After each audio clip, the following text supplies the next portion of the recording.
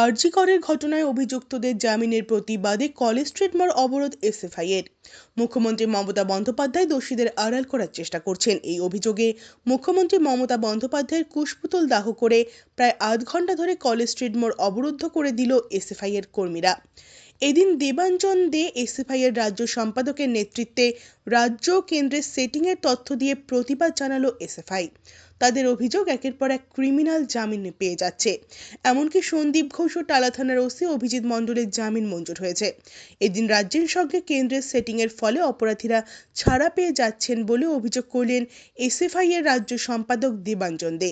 তার অভিযোগ, সন্দীপ ঘোষ ১ নম্বর ক্রিমিনাল, তার জামিন হয়ে যাচ্ছে।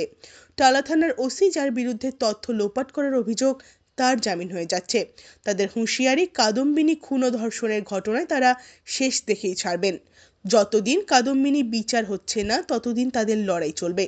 তারা রাস্তায় নেমে প্রতিবাদ জানিয়ে যাবেন। শুধু তাই নয়, কাদম্বিনীর বিচারের দাবিতে সেটিং হতে দেব না বলে স্লোগানে মুখরিত হন তারা। তিলোত্তমা ভেব না, সেটিং হতে দেব না, এই স্লোগান ওঠে অবরোধ কর্মসূচির মধ্য দিয়ে।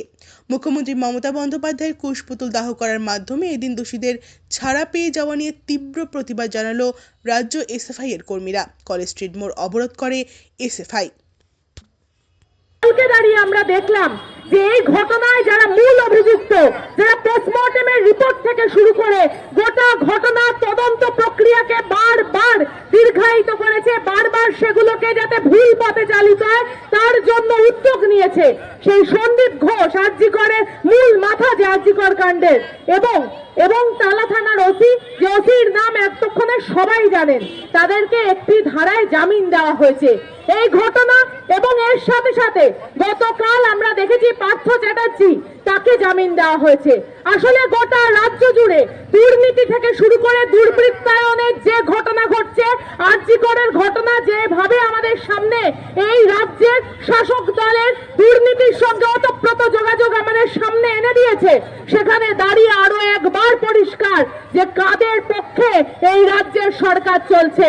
আসলে এই সময় দাঁড়িয়ে যখন ছাত্রীরা ধর্ষিত হচ্ছে, খুন হচ্ছে, তখন সরকারের পক্ষ থেকে, তৃণমূলের পক্ষ থেকে ধর্ষকদের বাঁচানোর জন্য একের পর এক উদ্যোগ নেওয়া হয়েছে। সেই বিশেষ কারণে, সেই বিশেষ অবস্থায় দাঁড়িয়ে আজকে এসএফআই পশ্চিমবঙ্গ রাজ্য কমিটির ডাকে আমরা কলেজ স্ট্রিট মোড় অবরোধ করে আমাদের এই প্রতিবাদ জানাচ্ছি।